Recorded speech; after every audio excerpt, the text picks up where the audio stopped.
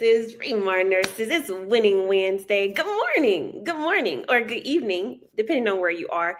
This is the NCLEX study session that you need this week. If you don't do anything else, at least you can say, I came to Winning Wednesday. If it's your first time joining, my name is Professor Regina. I am the #1 NCLEX instructor in the world. I am so honored to be a lead educator for ReMar Review. We're going to be talking about lead poisoning, but did you know that in the next month, which is the month of June, we have a very exciting study session. It's not lead poisoning. It's not, it's a subject that most nursing students would say, I need a little bit extra help on. And that is going to be pharmacology. Yes, so our course drops for ReMar Nurse University every Monday in June. We will have a new course that we will be doing pharmacology studying. And so if pharmacology is something that you want to address, you've been treating it like it's this big mystery that you won't figure out, then ReMar Nurse University is a great way for you to attend a review of the major principles of pharmacology. And I need to tell you that ReMar Nurse University is online and it's free. So it's like win. And if you have not signed up for it, the course actually opens in 7 days. So you have time to go to remarnurse.com/RNU. The reason that I want you to sign up for this event is because it's a month-long pharmacology review, and I will need to communicate with you throughout that month. Not only that, but you do need to have the workbook if you're going to follow along. So hit up the website, remarnurse.com/RNU. I want to shout out my new nurses who are getting into the profession, because did you see that the new numbers came out for what nurses are making when they take their first RN job? And so the nurses in South Carolina, which is a state in the United States for my global audience, I loved this number here. South Carolina RN salaries, and the average salary for the year is about $69,580. So that's almost $70,000. Now, when I looked at what people were making just countrywide, it was about $60,000 for the RN salary as a new nurse coming out, And that number to me reflected the ability to just not only have more, but also be able to have a work-life balance. Like if you're making $60,000 or $70,000 per year, you can live comfortably.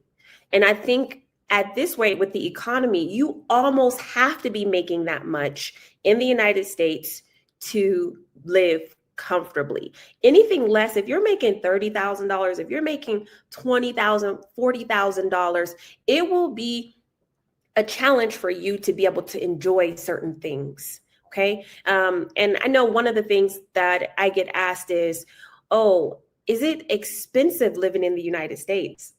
Does the cost of living matter living in the United States? All right. How many of us know it absolutely does? It absolutely does. Depending on where you want to go, you will pay more for rent, for food, for entertainment. And, as much as we make, it's as easy to spend it too. So we have to be so mindful as nurses when we begin to make these thousands and thousands of dollars a month that we are prioritizing our budget and we are having a good balance. But these numbers are awesome. $30, $33, $35 an hour. I mean, this is good stuff. And the reason why we say sacrifice now, the reward is coming. So who's excited to get their nursing license and start living a more comfortable lifestyle? Yeah. All right, let's get into lead poisoning.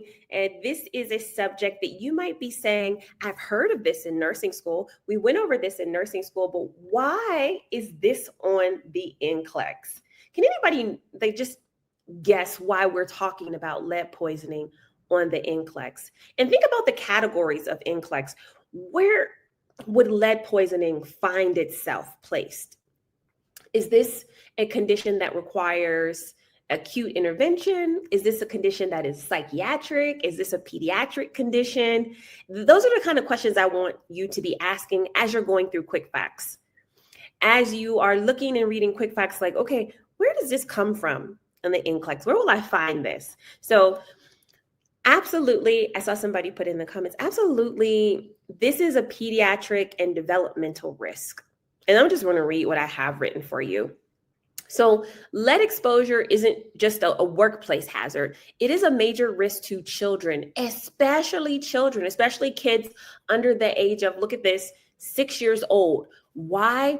It's because their bodies are different. Their bodies are special.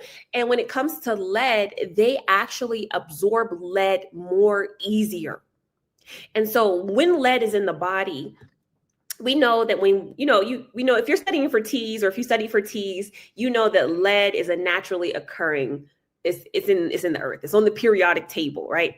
But actually when lead is in the body, it's very insidious, and it doesn't serve a function, but it will bind itself to other minerals in the body. It's such a sneaky thing.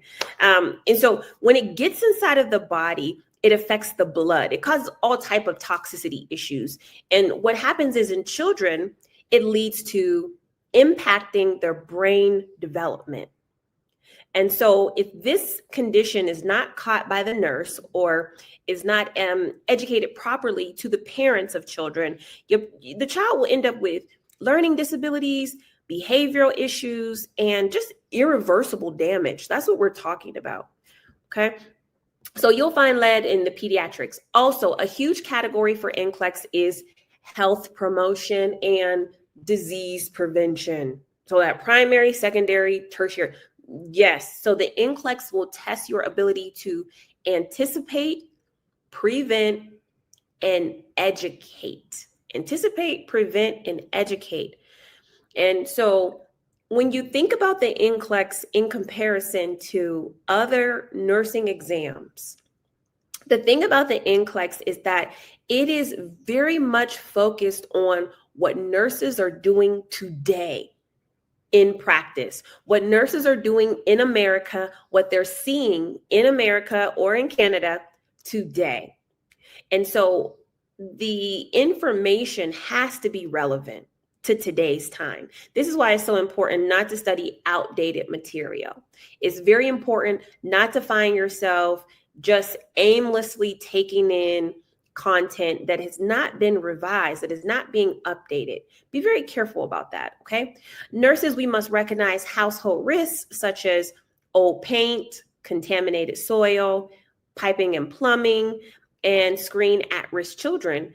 This is a key part of public health nursing. Now, there's two groups that I like to focus on when we talk about lead poisoning. One is kids because of brain development. The second is that lead poisoning is found as a workplace issue. Lead poisoning, let me say it again. People get lead poisoning from their jobs too. So think about it. Who's more likely to get lead poisoning from their job? Is it men or is it women?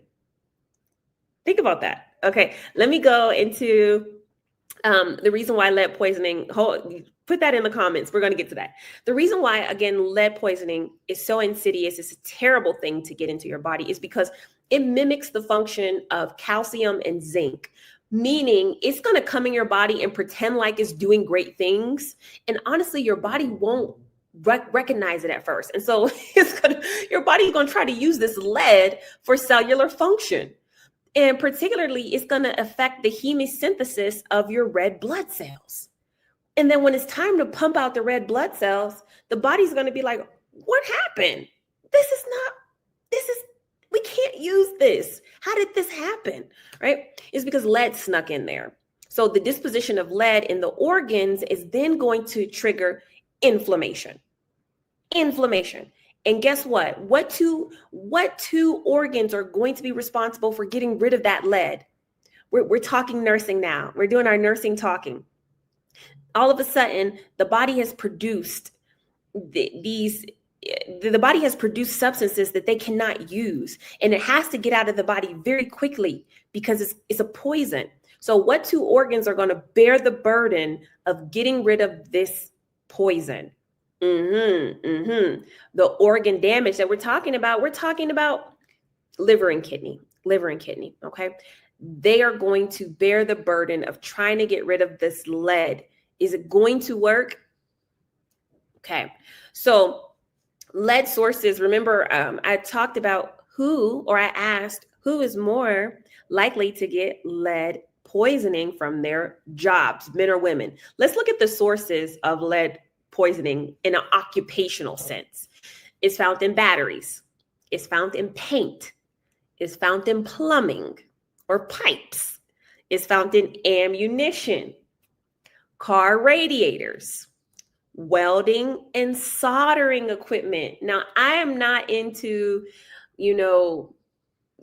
I guess I'm not into roles as much for workplace because I think men and women can do anything except for being a Marine. I definitely feel like Marines are more than likely men. Okay, because you think about a Marine, they have to do so many things in the military.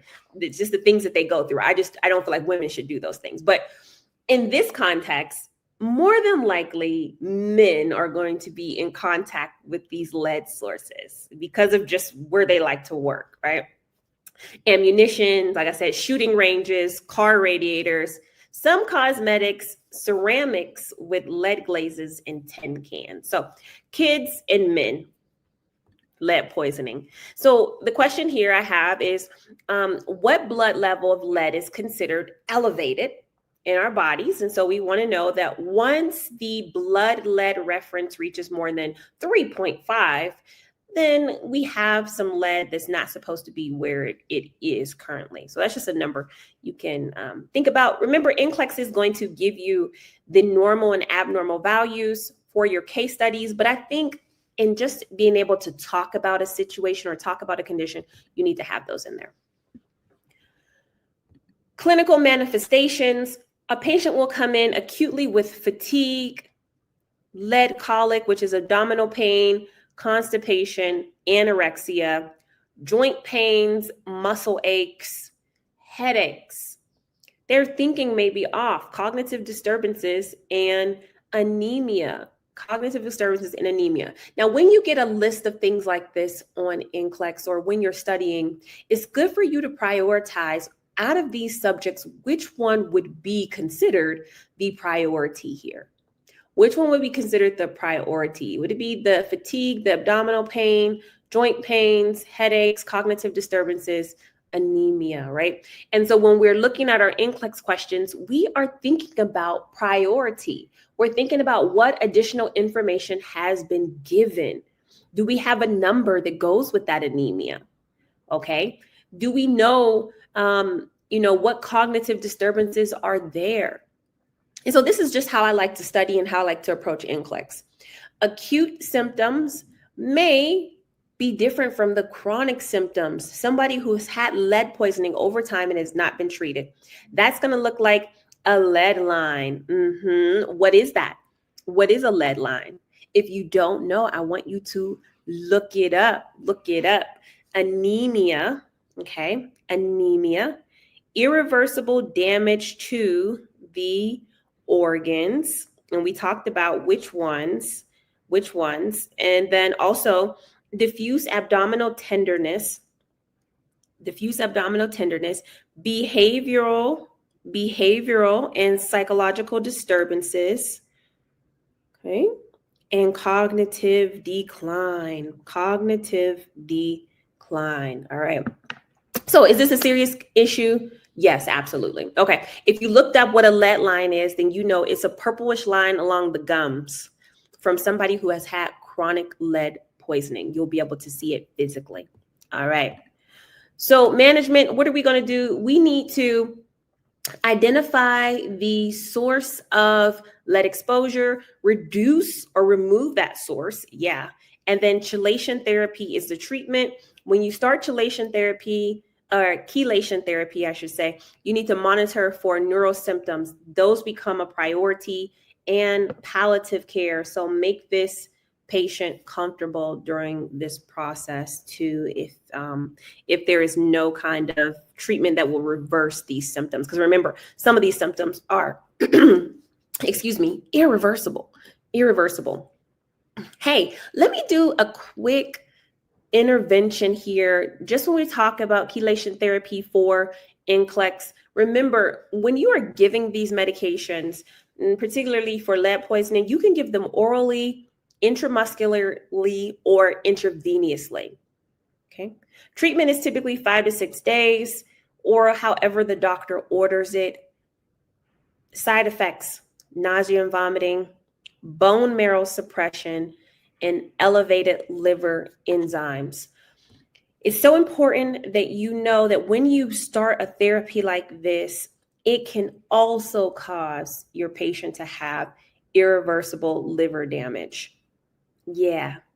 So it's almost better not to have this condition than to try to treat it, because even the treatment will do damage to the patient. All right. I am so excited that I have been able to start ReMar training centers all throughout Kenya, and just helping these nurses here get their license. I absolutely plan to go into, for my nurses in Ghana that have been asking me, for my nurses in Nigeria, for my nurses in other parts of Africa. Please understand that my heart is there. It is just not, and you know it too. You know it. It's not easy to go into Nigeria. Let's just be honest about it. It's not an easy thing for me as an American to go into that country and establish a formal training site. Very difficult. Politics, very different. And so my heart is to be there. My intention is to be there, but there's a lot of work that needs to be done. So what I'm asking for is, number one, prayer for the team, everybody that is wanting to do this huge task. It's a monumental thing, never been done before, right? We're on the forefront of that. Two, if you have a safe contact with a school, send it to me. DM me the school name and the contact name, so that we are able to establish communications, right? We're able to establish communications. And three is just, cheer for other people who have passed NCLEX, and let's keep that good, positive community. One thing I don't want for ReMar is for us to get into a situation where we're looking at somebody else's success, or we're looking at somebody else's, wins, and we start to do comparison, and we start to say, well, I want that too, or when am I going to get that? Instead of saying, that's so awesome, I love that for you, I know my time is coming. We have to be so mindful of that. Even myself, just making sure that I'm not comparing ReMar to anything else.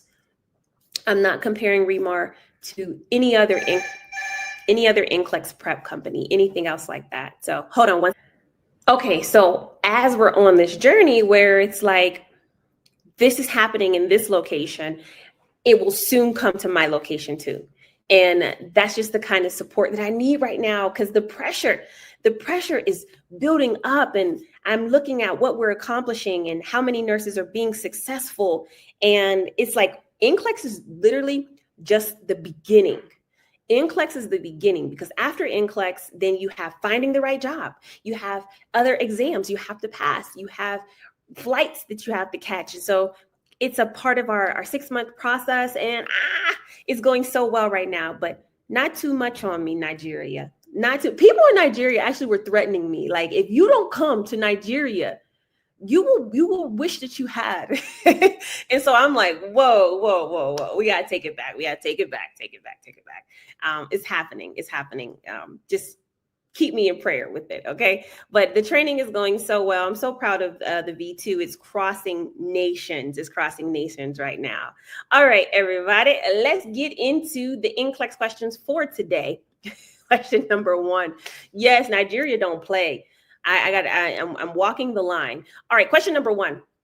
A 30-year-old male client was brought to the hospital for possible lead poisoning. Which of the following activities is helpful in determining the diagnosis? Following activities, talking about lead poisoning. Number 1, installation of brick vents. 2, ingestion of raw seafood. 3, working in the firing range. 4, maintaining an iron-rich diet. Ooh, what are you going to say? Fast comments on today's Winning Wednesday. Beautiful morning out, sun is out. Beautiful night if you've had a long Winning Wednesday. You showed up to class, you won. Correct answer. 3, ammunition, combustion, lead.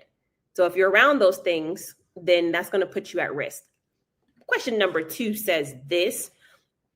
16-year-old presents with abdominal pain, fatigue, and headaches. The blood lead levels come back elevated.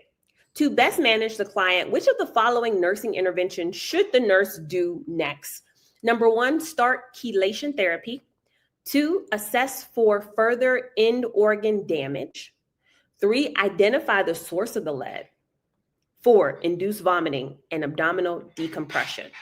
Ooh, this is tough. This is priority. Your patient has symptoms.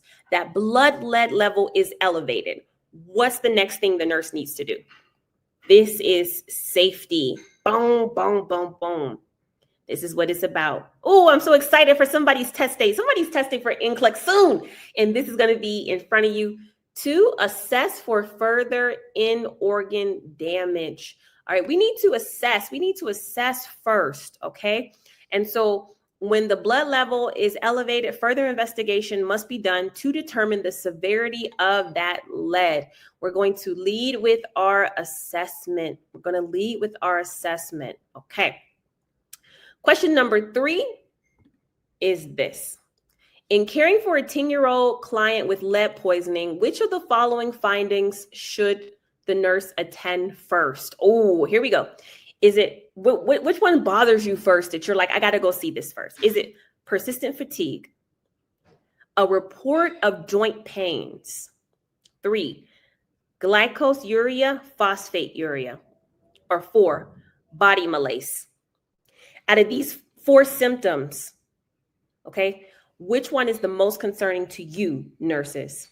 Okay, persistent fatigue, a report of joint pains, glycosuria, phosphaturia, or body malaise? I'm going with number, I see the comments. Stand up, United States. I'm coming home. I can't wait to be back in the US of A. Yes, correct answer is number 3. When the kidneys start having issues and the urine starts becoming abnormal, watch out. Okay, watch out. Question number 4 is this. A 2-year-old child is suspected lead exposure. The healthcare provider is considering the initiation of chelation therapy, but the nurse notes an absence of symptoms and stable vital signs. What should be the nurse's priority action regarding chelation therapy? Number 1, is it proceed with treatment as ordered? 2, request further assessment to confirm lead toxicity. 3, gather a detailed history on the time of lead exposure. Hey, is it 4, obtain a detailed neurological assessment on the child? What do we need to do in this situation? Because this is an interesting situation. You don't have everything, but you do have something.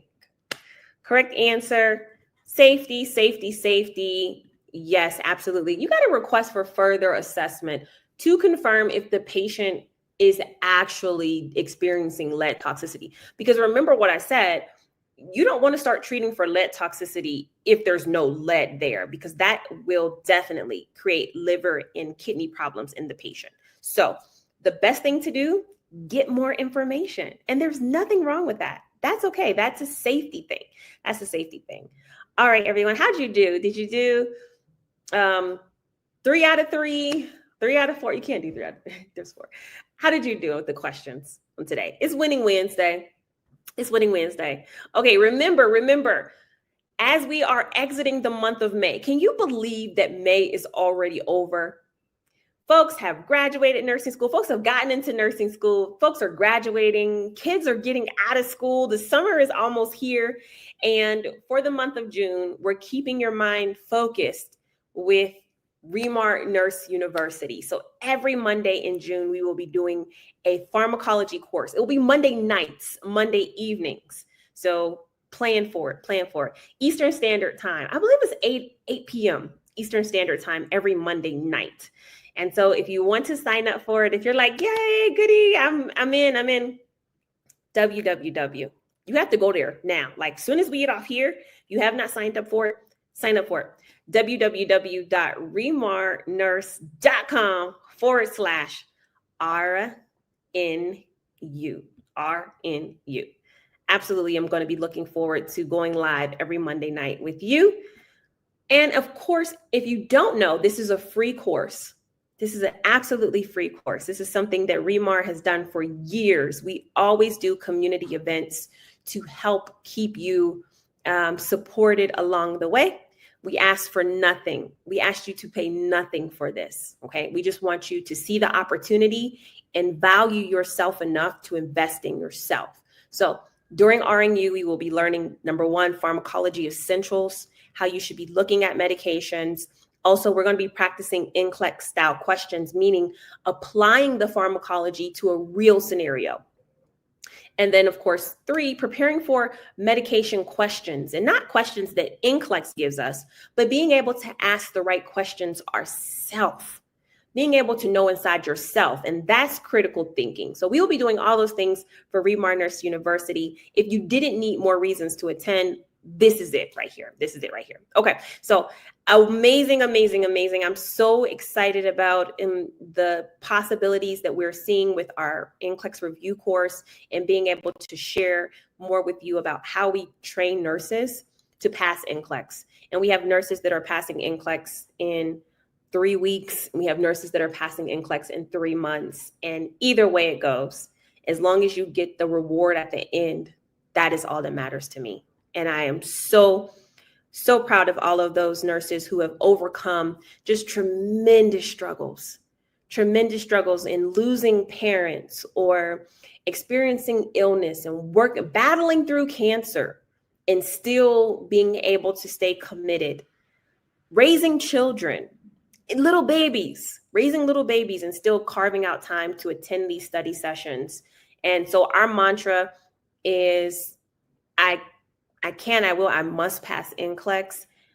But even more so, when I say it to you, I say it because I've witnessed the miracle that happens when you just take time and believe in yourself. So this week, in everything that you do, take time to believe that literally your future is bright and you can, you will, and you must pass NCLEX.